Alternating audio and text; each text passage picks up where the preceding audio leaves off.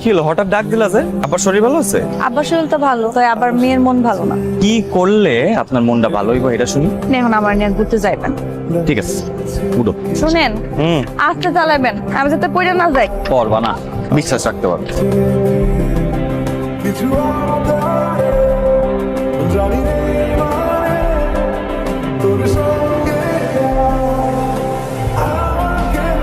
আমার সালামি দেন। তাহলে আংটি কিনে রাখছিলেন? এবার আপনিও রীতিনীতি মানে। আরে ভাইজান আছেন আপনি? ভালো আছি। আপনি এত বড় মাছ পাইলেন তো ভাইজান? রাস্তায় দেখি জেলেরা নদীর থেকে মাছটা ধরে নিয়ে বাজার দিকে যাইতেছে। একা মাছ, এত বড় মাছ তো আর আমি একা খাইতে পারব না।